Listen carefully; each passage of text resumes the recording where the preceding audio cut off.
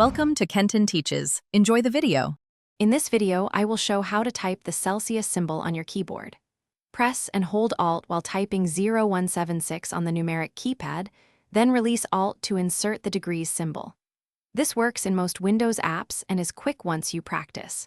If you lack a numeric keypad, use the character map or Windows emoji panel as alternatives, and I will demonstrate both simple methods step by step. Start with the numeric keypad on the right of full keyboards. Make sure numlock is on so digits register correctly. Place your cursor, hold Alt, type 0176, then release Alt to insert degrees. Practice slowly until muscle memory forms, then it becomes instant. If your keyboard has no separate keypad, try the numeric keypad emulation on some laptops or use an external numeric keypad for reliable results and speed. On Mac, type Option plus Shift plus 8 for the degree sign, then add C for Celsius.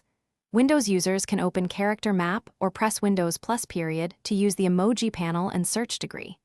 In word processors, use Insert symbol or the degree shortcut if available. For quick writing on phones, long press the 0 or use the symbol's keyboard. Choose the method that fits your device and preferences today. Thanks for watching. Please subscribe if this video was helpful.